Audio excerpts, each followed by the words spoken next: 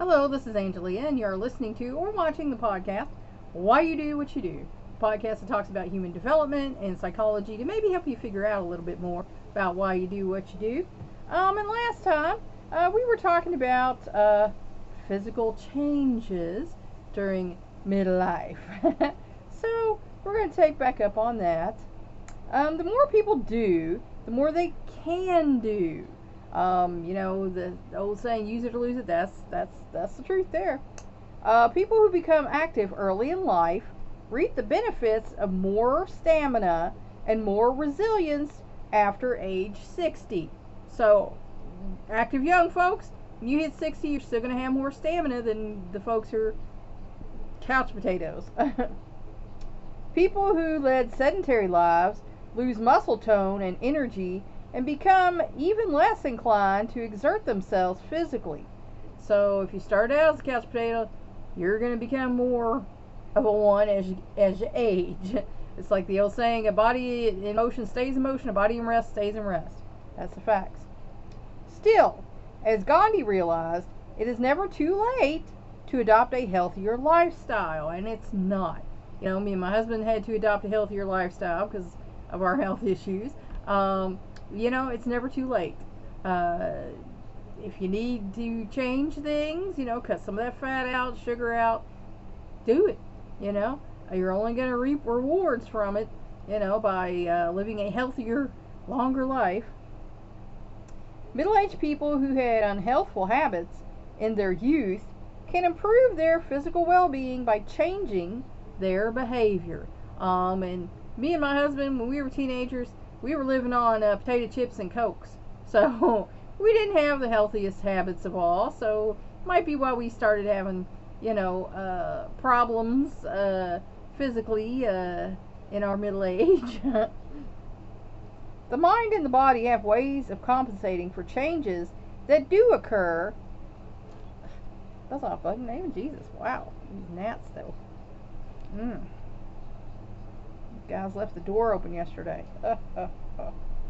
These bugs love coming in. Most middle-aged people are realistic enough to take in stride alterations in appearance, in sensory, motor, and systematic functioning, and in reproductive and sexual practices, and some experience a sexual renaissance. Well, needless to say, your looks are going to change. I'm 57 years old. I definitely don't look like I did when I was 20. That would be nice, but no. So most people's looks do change. And again, your vision can change. Like I said, my arm got too short to read the fine print. So, I had to get the readers. And my husband's hearing is going. He's got that thing that a lot of men get to where you can't hear high-pitched frequencies. So if I'm not like right in front of him, he doesn't hear me at all, which is a little scary to me because I've fallen a couple times and I hate to be in there yelling and he doesn't even hear me. But can't hear the birds. That's a shame. Your movement, of course, you're not as coordinated. I mean, that's something I've really hated. I used to tease the boys and say, you're just glomping around here. You need to take ballet, and they're like, no. But, I felt like they needed more motor grace. But I'm losing mine now. I like, stub fingers and toes and things now, so I'm losing mine, So you don't get to keep anything forever. And your systems, of course, when I had my stroke, that messed up, the speech center of my brain. So that's why, sometimes you're like, what did she say? And you have to figure that out, I got the words there, but they might not be in the order that you need to hear them for your brain. Because we're all working on our own cognizance. And the heart, it gets older, it gets less tolerant of fat and things. And again, you're reproductive, you go through menopause if you're a woman. I did that when I was, 52. I got done with all that. And, you know, so that sort of does make it easier on you because you don't have to worry about birth control. So a lot of people do have a sexual renaissance because they're like, oh, wow, I can't get pregnant at all now. Okay, anytime, anywhere. But, you know, sensory and psychomotor functioning. From young adulthood through the middle years, sensory and motor changes are small because you're growing. You know, step by step, you're growing, and it leads up to, you know, you becoming an adult. Gradual and almost imperceptible, because you don't see each little change your kid goes through or you're going through. It just kind of happens, you know. Until one day a 45-year-old man realizes that he cannot read the telephone directory without eyeglasses. Like I said about the, you know, that small print, you know, your arm gets too short. A 60-year-old woman has to admit that she is not as quick on her feet as she was. Yeah, definitely not. And if I go too quick, I'll fall over. So that's a little bit of scary there. Age-related visual problems occur mainly in 5 areas: near vision, dynamic vision, reading moving signs, sensitivity to light, visual search. For example, locating a sign of speed of processing, locating a sign, yes, and speed of processing of visual information. So our eyes slow down. Now I've noticed that, you know, that I have to be closer to signs to read them. Sometimes stuff will, you know, I'll see out of the corner of my eye and I'll have to look a little bit. So I've noticed a little bit of that in my middle age. Also, common is a slight loss in visual acuity or sharpness of vision. And I've noticed that too a little bit because I feel like things used to be clearer, you know. And you look and you like, I remember that being like better looking, you know.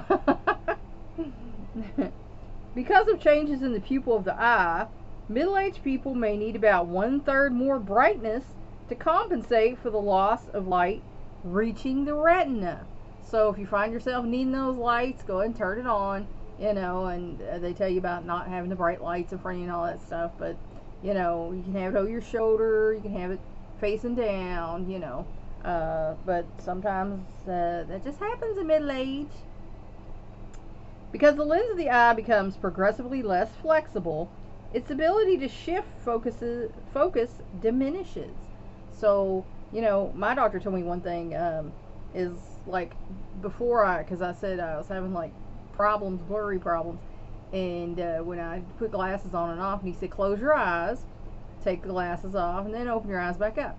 You know, you're gonna put them on, close your eyes, put the glasses on, then open them back up, because the eye, you know, has a problem focusing like that when you go from plain vision to putting this thing on, especially if it's not like a really bad prescription where you really have to see. So that's a tip there, is if, you know, your readers make you feel weird when you first put them on, like you have to refocus fast or something weird, close your eyes, put them on, then open your eyes back up, and it's easier for your eye to adjust to that than it is for you going back and forth, you know, and not closing your eye.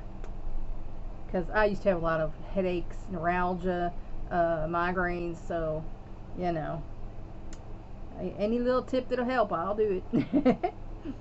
This change usually becomes noticeable in early middle age and is practically complete by the age of 60. So, you know, I'll be 57 Monday, so I'm pushing that age. Many people age 40 and older, you need reading glasses for presbyopia, a lessened ability to focus on near objects, a condition associated with aging. So it's normal to have to need them readers, you know, because your arm gets too short or you can't lean far back enough to focus in. It's like, I have to go this far, you know, before focusing, where I can just put the readers on and, you know, read it normally. The incidence of myopia, or nearsightedness, also increases through middle age. And my husband's eyesight actually got better He used to also need things to read. Now, things up close, he has to take his glasses off, and he can see them better. And further things, he needs glasses on. My youngest son, same way. He had to have glasses, but as he's gotten older, his vision went like that too. He can see better without the glasses. So, you know, things change, and if you keep up with them and know what's going on with yourself, you can adapt. Bifocals and trifocals, eyeglasses in which lenses for reading are combined with lenses for distant vision, aid the eye in adjusting between near and far objects. And my mother had those, I believe my grandmother had those at last. And you know, it's amazing what we've come up with to help people. A gradual hearing loss, rarely noticed earlier in life, speeds up in the 50s.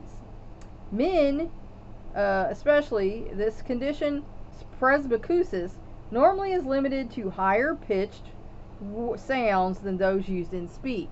And like I said, my father and my husband both have this thing, and they have a hard time understanding female voices. You know, what did she say? What did she say? What did you say?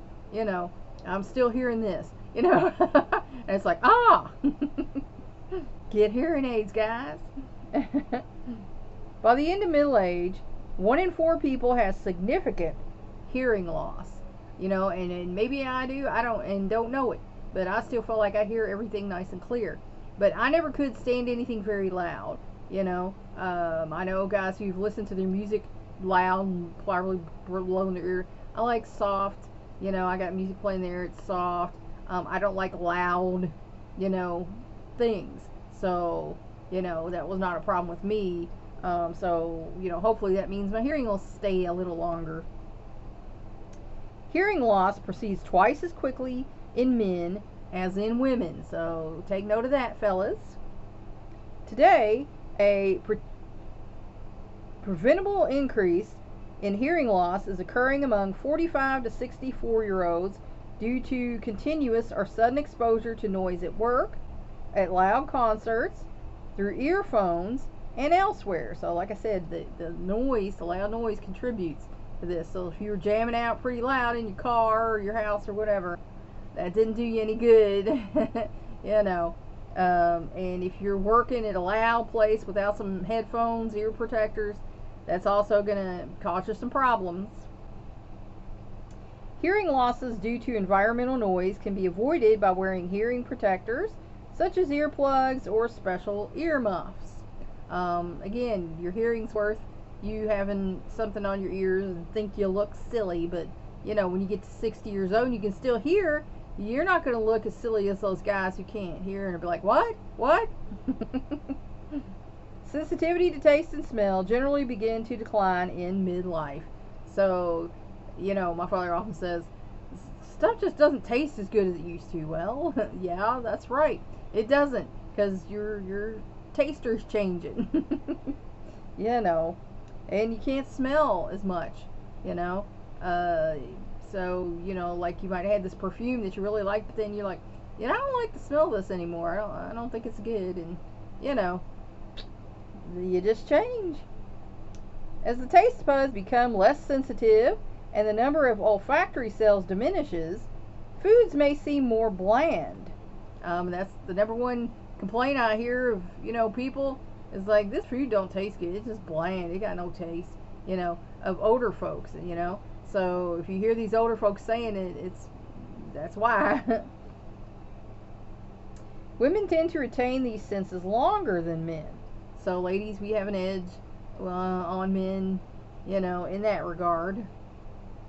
There are individual differences, however. A woman might lose her sweet tooth, excuse me, and it's good if you do, because estrogen's a fat-producing hormone, and we all know what is the number one thing to help make you fat besides fat. Sugar. Sugar will give you diabetes, and so if you can cut that sugar out before you hit, 30 or 40 is probably best. That's probably going to only help you. Her husband might find his martinis not sour enough. And, people that like sour and spicy things, I have noticed that as they get older, they like a little more or a little less. I don't know. This sounds like a 1960s thing. Who's drinking martinis when they get home? But, some people might be. One person could become less sensitive to salty foods, another to sweet, bitter, or sour foods. And I know my husband will eat things now that he didn't used to eat, that he said they were gross. They were too much. But yet we went and got some snacks at a store that had just opened. And they were too salty for me. I was like, this is just too much. The guys finished them off because I just couldn't eat them. They were just too salty for me. And the same person may remain more sensitive to some of these tastes than to others. So everybody's different, and you're going to change in your own way. You can't dictate you're going to do exactly what so and so did, because that's not how it works. Adults begin to lose sensitivity to touch after age 45 and to pain after age 50. So if you notice this, fumbling a little bit after age 45, that's normal, because your touch sensors are not, like I said about jamming my fingers or toes on things, your touch sensors are not as sensitive as they used to be. And pain, you feel less pain, thank goodness. God in his wisdom has granted you the ability to feel less pain once you get over 50. So think about that. If you're in a lot of pain right now, think about how much worse it would be. However, pain's protection functions remain. Although people feel pain less, they become less able to tolerate it. So even though you're feeling less pain, your ability to handle it becomes less. And that's why all of these old folks you hear complain about their aches and pains. Because even though they're actually feeling it less, their tolerance for pain, and that's a change in the brain, becomes less. So, unfortunately, even though you've been blessed with the less feeling, your brain is now complaining more. So, strength and coordination decline gradually from their peak during the 20s. So your strength and things are going to go down starting in your 20s. So if you can do a little strength training and keep yourself healthier, it's only going to help you out. Some loss of muscle strength is usually noticeable by age 45. And I used to be pretty toned, but I've noticed it takes more to stay that way than it used to. So, plus with all my physical conditions, I can't do but, close to 15 minutes. That's it. People, they recommend I can't do it. With my joints, it starts to damage my joints, if I go more than that.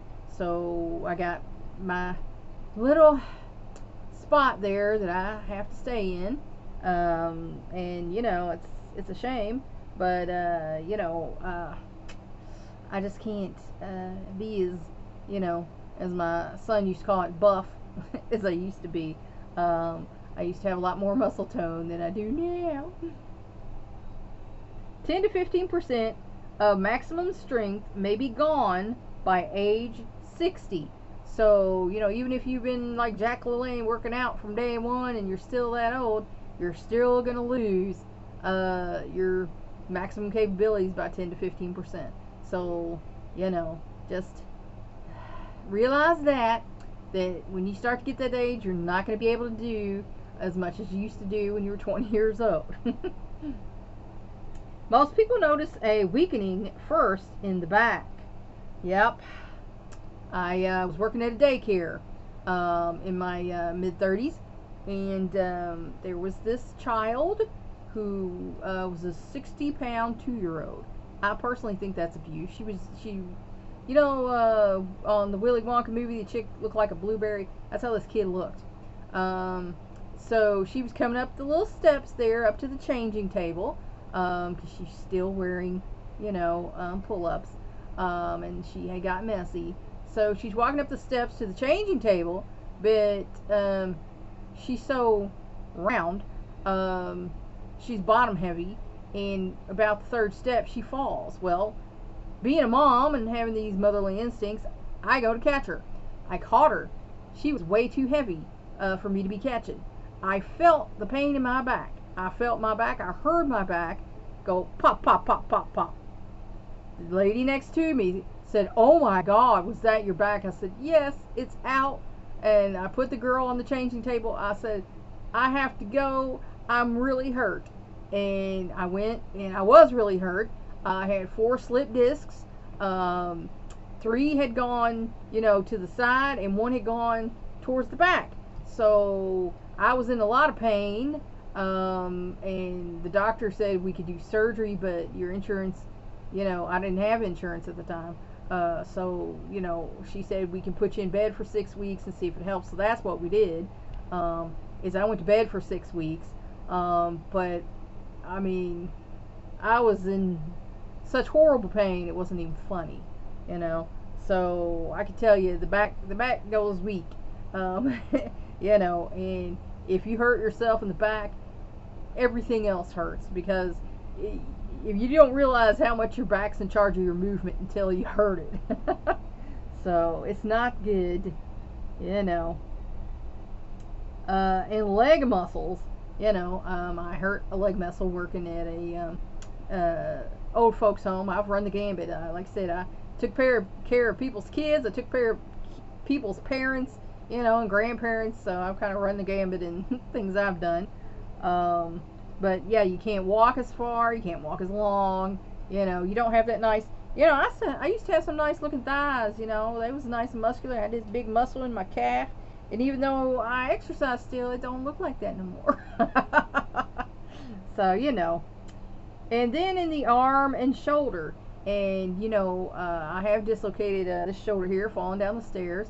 And I had to have this, you know, thumb rebuilt because I lost my pincher grasp. So, you know, the old saying about you start falling apart when you're middle-aged. It's not that wrong, you know, but if you started out, you know, taking good care of yourself, then maybe that'll help you. Not until well into the 60s, they say the arms start going. So think about that. You might want to get some of them little weights, you know, and get your guns moving so that you don't become useless. The reason for this loss of strength is a loss of muscle fiber, which is replaced by fat. Because when you're young, your body's going ahead and building that muscle to keep you going. Once you get old in your body, at some point, the brain says, hey, we're getting old, and we're going to stop investing all that, you know, protein in that muscle fiber. And the body doesn't need as much of the nutrients that you're taking in. So where do they go? Straight to the fat. So, you know, think about that when you're eating. By middle age, body fat, which comprised only 10% of body weight during adolescence, my husband, I don't think he had an ounce of body fat. You couldn't pinch an inch on him anywhere. You could almost pinch one on me, but you can pinch plenty on me now. And he's even got a little soft, you know, I think it's kind of cute because he was so skinny for so long, but typically reaches at least 20%. And my BMI was more than that, but, you know, we're working on it, so. But individual differences are great and become greater with each passing decade. So like I say, you're not going to age exactly the way your parents or your grandparents did, because you're a combination of both of them. You might have some traits in common with them, but because you're a combination of both sets of DNA, you got some traits but not other traits, and, you know, only as you age are you going to know what's going to be happening. Strength training can prevent muscle loss and even regain strength. Like I said, get busy with them little weights, you know, and don't be trying to go all crazy. And if you haven't been exercising in 20 years, start doing sit-ups and push-ups. You're going to hurt something. You know, your body's not used to it. You're going to hurt yourself. Endurance often holds up much better than strength. So we're able to stand more, you know, than we are able to do more. And like I say, you know, I went on a walk around this park. It didn't look like that big with my husband, because I can go 300 feet pretty good. After that, stuff starts to hurt, and I start to feel a little tired, you know, start to feel a little pressure. So, you know, we got around this part, and by the time we got close to the end, I was feeling like I just can't go no more. But I could see the car, so I had to go. So I did go, and I was able to go. So, you know, your endurance will hold out longer than your strength. Endurance often holds up. Yep. Loss of endurance results from a gradual decrease in the rate of basal metabolism, the use of energy to maintain vital functions. After age 40, and that's when your vital functions start to go down. That's why a lot of people pinpoint that as middle age, because at age 40, that's when your vital functions start to decrease. You know, a lot of people say that's half into the lifespan. Some people say that's, you know, a third into the lifespan. You know, whether you think you're going to live to 80 or 120, as the Bible says, the years of a man are 120. So that's what I'm planning on. So God tells me different. I'm like, I'm going to be living to 120. But someday he might tell me different, and then I'll be like, oh, okay. You know.